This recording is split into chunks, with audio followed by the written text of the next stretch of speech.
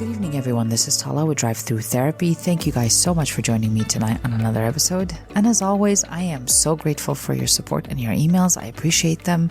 Send me an email. Let me know where you're at in your journey, and I would love to encourage you. My email is talaibra8888@gmail.com, and I usually respond promptly. Okay.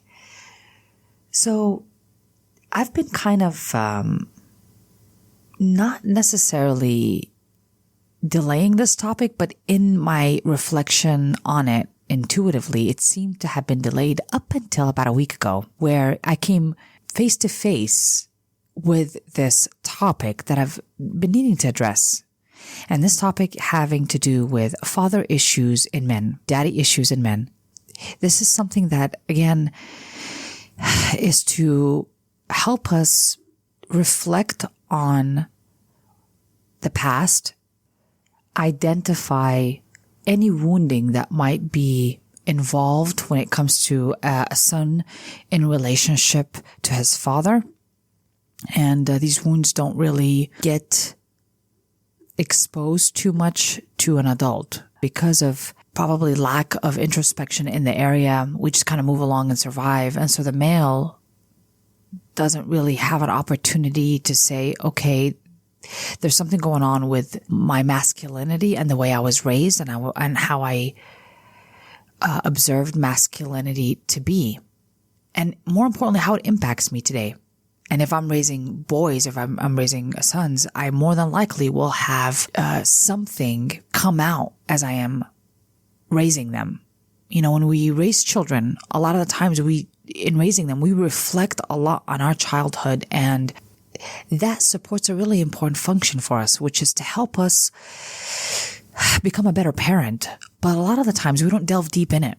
You know, as a father, if you are going to become one or you already are one, this is a great episode for you to really explore developmentally the impact of a father on his son.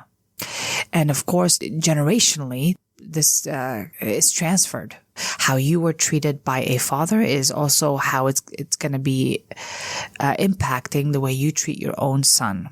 It's really important to understand generationally what's been happening, what has been addressed or not addressed, and really attempt to explore it, give it a name, and see how it plays out in your own life with your own decision making, your own perception of yourself as a male, and how you interact with others. Specifically, how your masculinity interacts with others. This should not surprise you, friends, but I'd like to start from the beginning and in telling the story of what our society sees as a masculine role. We are all programmed heavily programmed of what a man is and what a female is, what a feminine is, what a masculine is, and those traits that are associated with it. Those traits tend to be societally acceptable masculine or feminine traits. Now, when it comes to socializing a male in our society, we have certain traits that usually act as a guideline, something that a father teaches his son to make him more socially acceptable. And in doing so, he is attempting to protect his son from being bullied or criticized or any of those other factors. Now, this is a really important thing because, you know, the function of a same-sex parent teaching the child is really to help them become initiated to their own gender. Right? So it's kind of like a male the male perceives his role is to teach the child how to behave as a masculine. So he's not an outcast, but rather integrated into society. Now that's a healthy perspective, right? Because we don't want our boy to be bullied. We want him to be set up for success. Now, that is a great thing. However, this can turn sour pretty quickly, depending on the father, what he perceives or acknowledges masculinity to be, the distortion of it in his mind. That all will impact, along with the temperament of the child, how the child is going to receive all that. Does it go with his temperament or does it go against his temperament? All that is going to be interactive in the way the child and the father exchange this information of masculinity. This is very important when we're talking about daddy issues with men. It's all about them being socialized into the role that's really distinct, that needs to help them survive their universe. Now, in a healthy social programming of a masculine, the father role provides the role of a protector, a provider, a role model. A male teaches his son how to be socially acceptable as a male. Like I've said before, he's also an encourager, and he encourages by being involved. He helps the boy build a self-esteem by the way he treats him, by the way he perceives him as important, by the way he allows him to voice his opinions and help send the message that his opinions, his thoughts, his feelings matter. A healthy father role also is an initiator, is a person that kind of helps a kiddo go on to adventures and exploration. So he helps initiate that, and initiating certain adventures also means he might be an initiator or a leader or a decision maker. All those variations of that is a role that we also may perceive as a part of the masculine father role. Most importantly, though, he is demonstrating how a male treats his partner. The son will be seeing that. That's probably the most important role. How does this father act when he doesn't get his way or when there's conflict? All that will be observed by the son, and it will definitely impact his education. Now, any of these healthy father roles can go to extreme and become distorted. A provider can be off balance with this father. He can be all about providing, but not be emotionally available. I can take another trait, for example. He is a protector, but being too much of a protector would be a form of controlling, overcorrecting. That could become a problem as well. Another distorted version of these traits could be when teaching a man how to be socially acceptable as a male could also teach not so healthy of a trait depending on the father. If the father believes, for example, aggression, making a point, standing up for yourself. If he preaches those principles or those beliefs, he's going to teach the son masculinity, but it's going to be a little too, problematic, because we don't want to be initiating fights because a guy was looking at me wrong. But unfortunately, with this type of father, his beliefs are going to distort masculinity. So any of these masculine father roles can be distorted at any time by any father, depending on where they come from, their past experiences, and all that is in between. That all has to be taken into consideration.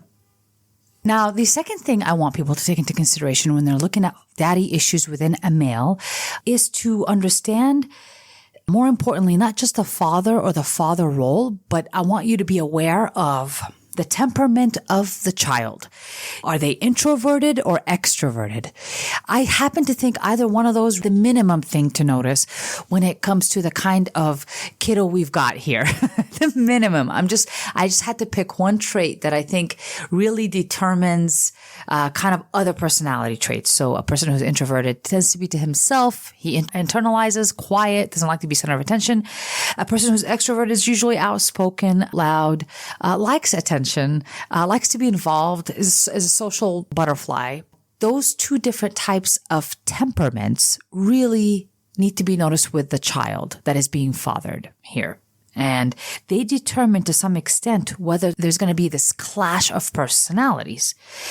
And if a father, for example, is an extrovert and he has an introverted child, if the father hasn't done his own work on himself, he's just not aware, has toxic traits or extreme traits as a father, then more than likely he might find the child's masculinity, his temperament, not sufficient. And he will try to make that masculinity resemble his extroverted masculinity.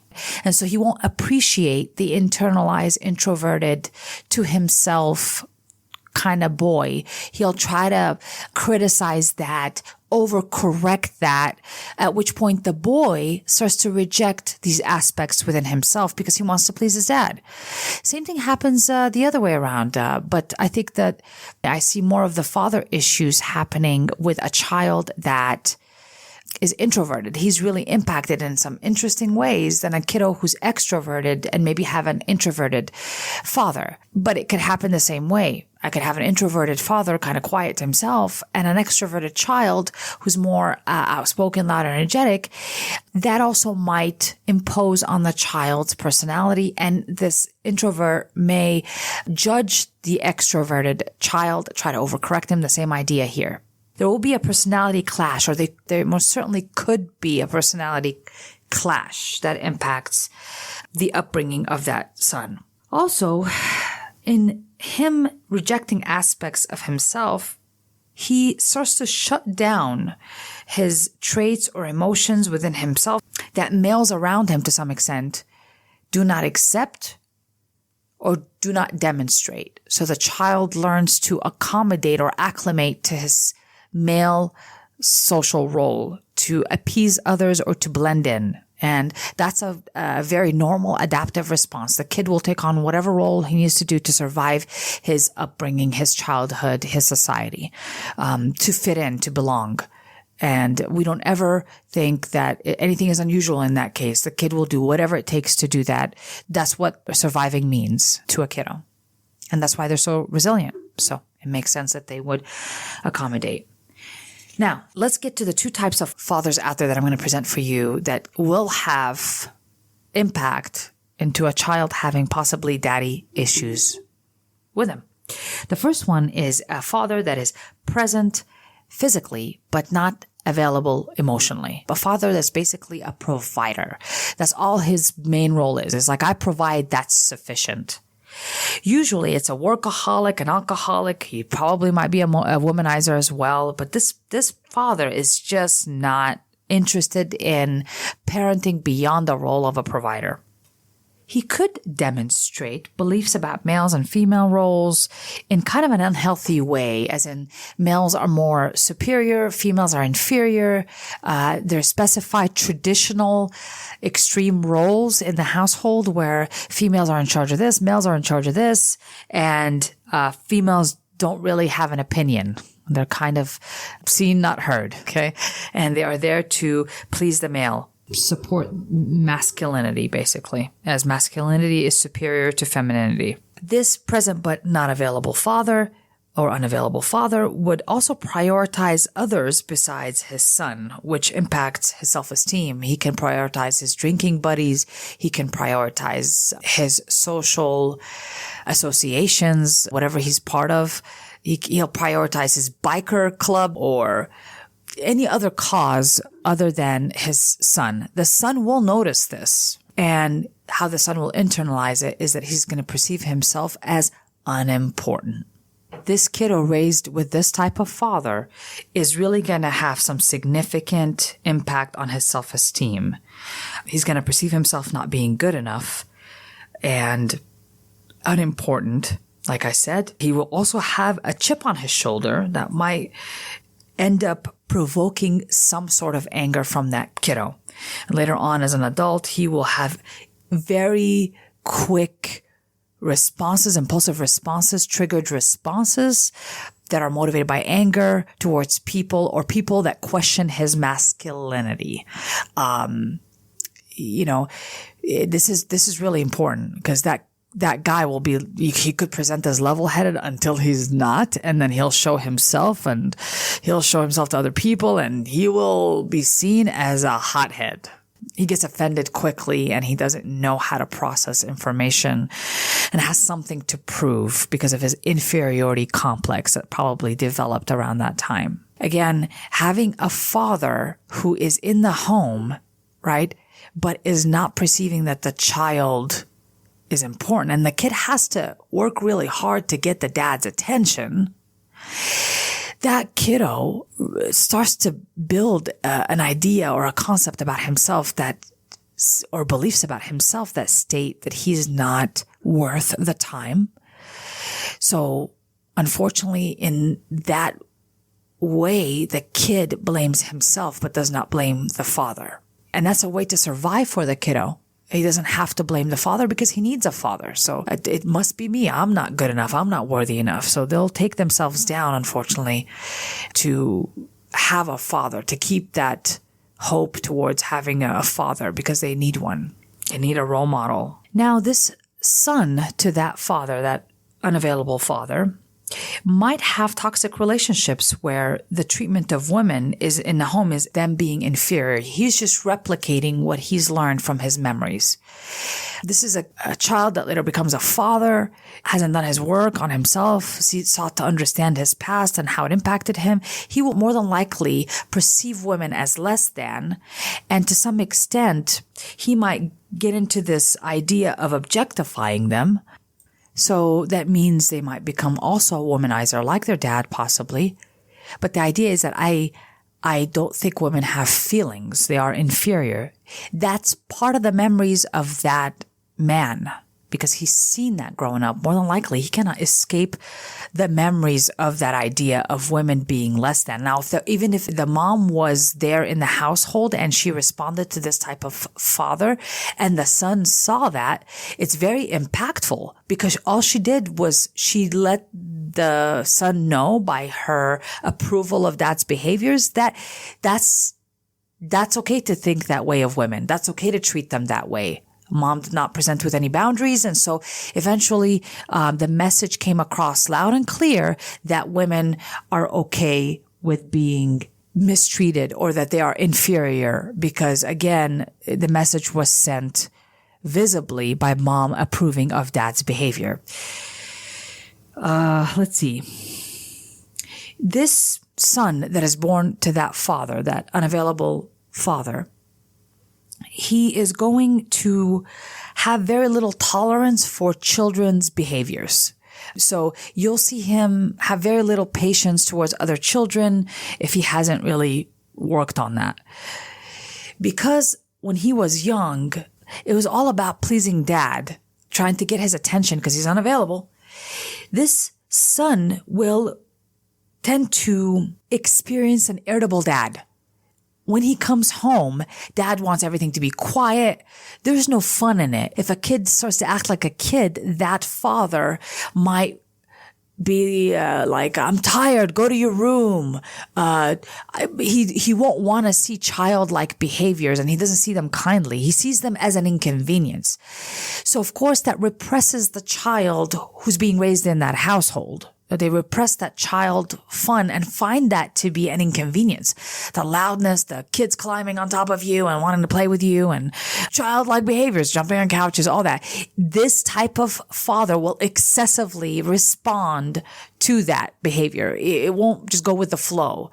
And so they'll shut it down. Like this is not what kids behave like and they should be behaving. And they might have a strict perspective, but that's not necessarily the case all the time. But again, if they are controlling or they've taken on that controlling extreme, they will show that. Like a kid cannot show childlike behaviors. Now that kid growing up is going to also have difficulty being a father, because he'll find child behaviors irritating and will probably try to solve the problem in the same way it was solved with him, which is tell the kid to go to his room, quiet it down, get off the couch. He might be abusive. The most important thing to talk about when it comes to an emotionally unavailable father, we have to mention the extreme aspect of it, which is the father who's physically abusive. I think that father impacts this child in a very strong way. Take everything that I just told you about, the possibilities of inferiority complex, having anger, all that. With an emotionally and physically abusive father, what they do to the son is to emasculate and humiliate the son. That's usually what they do. This father is extremely distorted. His fatherly role is just abusive. And they never, again, correct it, take accountability, and they continue to take it out on that kid. They are unhappy with themselves and they humiliate the child. This is the kind of parent that will, in a baseball game, if the kid does not win, he'll cuss him out. He'll yell and scream and humiliate the kid. He thinks he's correcting this, but all he's doing is emasculating the boy. He's shrinking him down. He's shrinking him down. Of course, the more abusive the behavior that is demonstrated by the father, the more shrinking the kiddo has to have, because he's not competing with that masculine. He's not going to compete with dad. Dad does not have a collaborative attitude towards him. Like, hey, we're both males. I'm here to guide you. He's not a guide to that kiddo anymore. He is in control of that child, and he will emasculate him. He will humiliate as a way to control, but also to boost up his own masculinity. This father might have been also abused as a child, and it's in his memories, and he hasn't dealt with it, and he's going to take it on that kid. So there's going to be generational abuse here, as abuse is really the case. It's generational. So it's very sad. The outcome of that is really terrible. This is an emotional abandonment of the father, and an emotional abandonment, and of course physical neglect and emotional neglect. And this is difficult for a child to deal with, a son to deal with. They need a father. They help them develop their masculinity within. They help them develop their self-esteem. Like I said, a healthy father does amazing things. He encourages, he acts as a role model. He demonstrates how to treat a woman or a partner, another masculine if that's the case. He demonstrates all of that for this son. He doesn't have to say it. He is about it, right? Because words here don't matter. I don't know if you guys know that, but words here don't matter. It's all about the actions. Because if I'm just lecturing, but I'm not backing it up, that sends a different message that I don't think is useful, because all I'm really learning from my dad is that he is a hypocrite. And that sends a message that I think every child can understand, is that there's an inconsistency in my dad, in masculinity. It's all about talking a good talk, but you don't actually have to produce any actions. And that also raises a different kind of masculine. That's that guy out there that just kind of talks a good talk, sounds great, but doesn't actually produce anything. He does not keep his word, and so he is seen as flimsy as his word. That's that guy. Okay. Now, let's talk about the second type of father who produces father issues in sons, and that is the absent father. Now, this absent father, ladies and gentlemen, could include a father that's in prison, so he's seen in and out. A father that's in and out is considered absent. He's not actually in a parenting role. He's relieved himself for some reason of his parenting role. That's an absent father. He's also included in the father altogether that isn't there at all. Like, he's not known to the child at all. So the in and out father, whether he's in prison, in and out of his life, doing other things, has abandoned them somehow, or an absent father who's not there at all. Those two are an absent father that produces a daddy issue in a kid. I don't want to forget this. I would also like to mention that son that is left with his mom and a father starts a different family elsewhere, and forgets completely about this child with his mom, that son gets a message. That son is impacted, even though he may never see the dad again. There's a strong message being sent there when the dad leaves to start a family and he's taking care of other children, leaves this one behind. So I would also like to include that as the absent father. Now, the best way I have found in demonstrating the impact or the traits of an absent father is by telling you the statistics I have compiled just for you to demonstrate that or illustrate what an absent father does in a boy's life or a child's life. Now, these statistics were collected from different resources, all of which, if you want to know where they're from, you could just Google it and you'll find these resources through the Census Bureau. But the reports that I could find dealt from the time range of 2011 to 2015. But I assure you they're very relevant to us today, because I don't think these numbers are decreasing. All right. So 85% of men in prison grew up fatherless. 85%. Wow. 24.7 million children in the USA live in a home without a father present. 7 out of 10 youth housed in juvenile detentions or treatment facilities are fatherless. In 2011, 44% of children living with single mother were living in poverty. 44%, ladies and gentlemen. 90% of youth runaways or homeless children, or they become homeless for any reason, originally came from fatherless homes.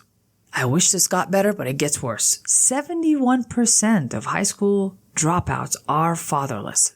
63% of youth suicides are from fatherless homes. Now, this is what's really impacting, is that 63% of youths with a successful suicide, it's not an attempt, came from fatherless homes. This is a large number, people, large number. So I think this helps demonstrate to me, and hopefully to you, the impact of an absent father. I don't care for what darn reason it's out there for, but an absent father to a son, to a child, is very impactful. I want fathers to know they're really darn important. I think in society, we don't demonstrate that enough. We put a lot of importance towards mom, but I assure you the father is so important to a family. As you can see from those very alarming statistics. Now, let's talk about the impact on an adult male. When it comes to an absent father, the adult male will seek to gather information about masculinity from the people that are the most available and the people that he will try to feel a sense of belonging with. Usually those are friends. So fatherless kids tend to seek the approval or get their needs met, and a sense of belonging and masculinity or masculine approval, they're going to get that from their friends. This is problematic, friends. Now, it is very important also to mention that the media has now played a significant role in fathering a lot of children, a lot of males. It helps educate them on what or how males should be behaving like, or what they should find important. I recently went and took my son to a barbershop. This barbershop was really fancy, friends. It's not what it used to be. In my head, I think of a barbershop being really kind of quaint, men giving really wise advice to one another. It's a wonderful place to learn healthy masculinity, but oh no. Not this place. I go in there, and although the barbers are so talented, they're very artistic. I mean, they took an hour and a half on my son's head, just trimming it properly. It was a masterpiece, people, masterpiece. However, I was listening to the music as I was sitting there waiting for my son to get his haircut, and it is blasting. I think it's mostly rap, and it was rap that, because there's different types of rap, but this in particular was kind of a very new kind of rap where women are bitches, and there's a lot of misogynistic type of themes kind of being talked about. Women are objectified, bitch this, bitch that. And in listening to all this, right, the first thing that came to mind, these are all fatherless sons. All these rap artists, I bet money on, are going to be fatherless sons. My instinct, my intuition told me that. It's kind of like I could feel them through.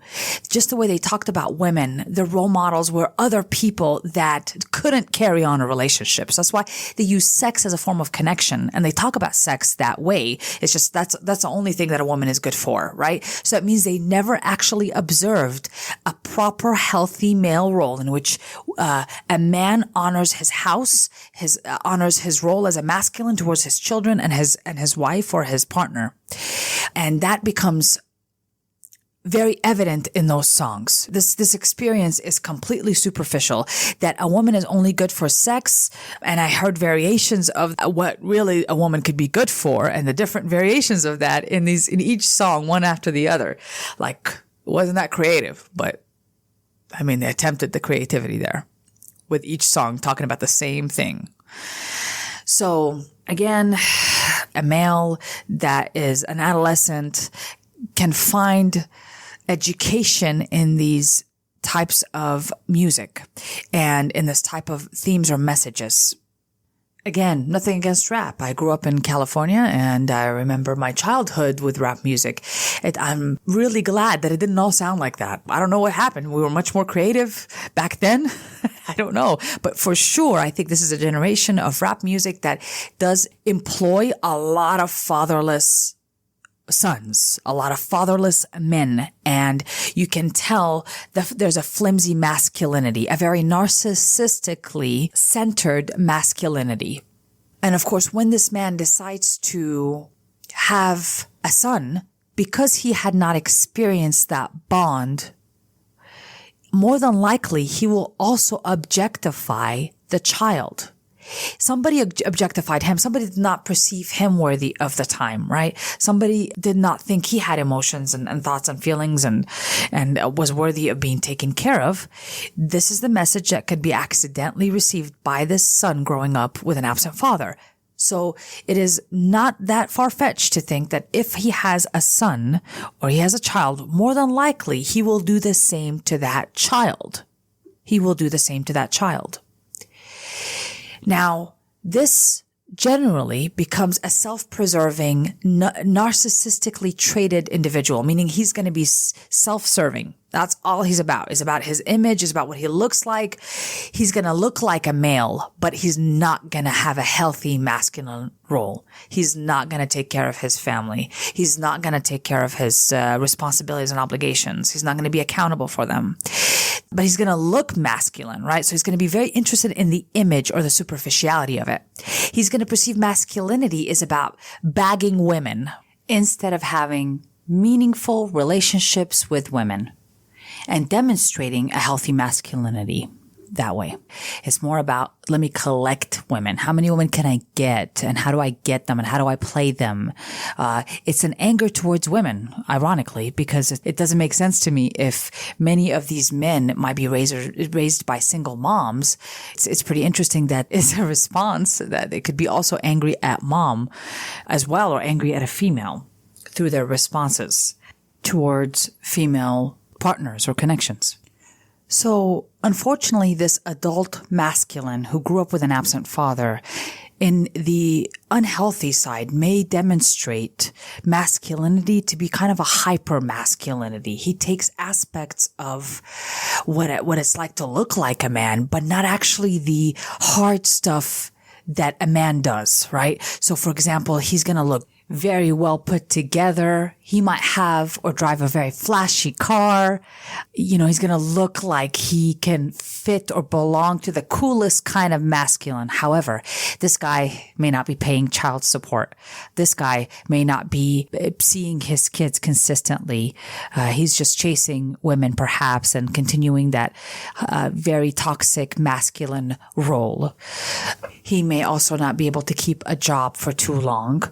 He may have issues with his ability to discipline his aggression and perceives that masculine is just aggressive. And again, this is where the hypermasculinity comes in. And we end up in and out of jail, committing crime, taking shortcuts to things instead of doing things the maybe harder way, but more consistent and more responsible or mature way. I want to make sure that everybody knows that just because you have an absent father, it does not mean that you will demonstrate masculinity or end up like that. All I'm saying is that is one version of one male that does have daddy issues due to an absent father. And I'm referring to those statistics, I'm kind of keeping it very contained in definition based on the statistics I provided to you early on when I started talking about the absent father. All this needs to connect with one another. That's all I'm really doing here. There are many people, many men with absent fathers that go on to do amazing things. typically based off having no memories in a great childhood or a great fatherhood experience. That's an amazing thing for all the wonderful fathers out there that really make it happen with so little memories of having a father themselves. They do amazing things with their sons, and they change it generationally. So their son and their son's sons get to have memories of having a father that's around, that's really available and doing amazing things with them. A father is really important, ladies and gentlemen. And a really wonderful, great, available father can really generationally change the course and prevent heartbreak and prevent prison time and homelessness and poverty for the family. That's what a great father does. He builds a self-esteem of a son that continues to carry on the tradition and the memories of a great fatherhood for generations to come. So it is not something that is small. It needs to be put forth. And like I said before, sometimes we glorify the role of a mom and present its importance. And although it is very important, the role of a father is also important generationally. Those statistics are pretty powerful for me. And when I read them, and I'm reading them to you, it really helped me realize how important a father is. And it's so sad that most of us will only become as good as our past. Very few of us will transcend it. Very few of us, without the memory of having a great father, perhaps, or a great mother, we will more than likely not become a great father or a great mother because we don't have memories in it. That's the average person. Now, some of us, hopefully some of us and more of us in the future can start becoming a father and a mother from a place of healing rather than memory, and understanding what I would have needed as a son from his father is going to help me understand what to give my son. In doing so, there's the healing that starts. Is first we got to validate we have father issues, and that I was to some extent ignored or my needs not met emotionally and physically at times by my father. And that impacted me today in seeing myself with compassion, more importantly, and then in seeing other people with compassion. Understanding how the role of your father and the messages you received directly or indirectly from your father and how he treated his family, or didn't, in this case, that will help us get better clues on what I need to work on as a man today that I need to heal. So this way I can generationally change this pattern or this behavior, and then future generations will have memories in healthy masculine roles. Oh boy, what a great cause that we need to all be working towards. I think that if you sit with me in this room that I sit, and I speak to many wounded males that have a difficulty making a connection with their child and see the suffering this has caused them to not be able to see their children with compassion and see their partner with compassion because they lacked this or detached from their own compassion for themselves. It's not helping them live a healthier quality of life where they're emotionally able to build with people and enjoy them. It becomes more about self-preservation. It becomes about irritability, emotional repression, and all these toxic masculine traits that may not necessarily be in the person's awareness, but they do very much function on them. You know, I have many fathers that I work with that don't know their upbringing has impacted them in the way they are parenting their own children. And they're not making that connection yet. But through treatment and through accountability taking, they will learn and they will be able to make changes intentionally. And the quality of the changes, not just by being a provider, but it's the emotional quality with our son that we want to change. It's the emotional quality. And so I'm going to be an emotionally available dad, a dad that is going to show a child, a son, how to mature and grow up and how to respect aspects of himself and his temperament and his personality and enhance those aspects, even if I don't see them in myself. If my son has them, I'm going to enhance them in him, and I'm not going to try to change him to make him like me, which is very much egotistical parenting, right? I want us to all kind of reflect on this, and whether you're a father or you're a son, this conversation can benefit you. And listen to it as many times as you like, because there's a lot of information in there. And I'd like people to send it to somebody that they think might want to take a look at it. Now, I've only suggested a couple of daddy issues in men. However, there are more. This is taking on about close to 45 minutes. I think this is the longest episode of my life. I didn't know there was so much involved, and I wanted to make sure that I tell that story and give it attention it deserves because it is so important. Those statistics need to tell you how important it is. They shout it out practically, and that we need to be paying attention of what we're doing here when we have a nation full of fatherless sons. And how does that impact our society? Really, really important here. And we want to make sure that we address this and that we bring the warmth necessary to it. We tell its story, not make fun of these men, not minimize any aspects of it, but truly bring it forth. And I hope I did that in the 45 minutes. I hope I told your story. And if I did not, please send me an email. Let me know what I've missed, because I'd like to get your feedback on it. And I'd like to fill in that space. But I assure you there are more daddy issues involved here. I just didn't go too much into them. I wanted to make them into two broad, general daddy issues that maybe many can relate to for the time being. Thank you so much for joining me tonight on another episode. I love you guys, and I want you to know that you are all lovable and worthy. You were born that way. Unfortunately, we cannot control what each and every one of us had to survive growing up. And the things that we've seen and the families that were born into, we have no control over that. And sometimes what we had to do to survive this family was to let go or reject aspects of ourselves to be able to make these adults happy. However, it's our job today as adults to that inner child, as a parent to that inner child, to provide them with the best opportunities, the warmth that they've always deserved, and the love and the forgiveness and the compassion that they've always deserved.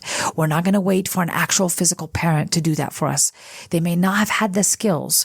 So I'm sure that they don't have the skills now. This is our journey to shift within and to reparent our inner child in the way we've always wanted to see him being parented. Thank you guys so much for joining me tonight. I'm sending you love and light. Clarence Buddington Kelland once said, "My father didn't tell me how to live. He lived and let me watch him do it." This has been an episode of Drive-thru.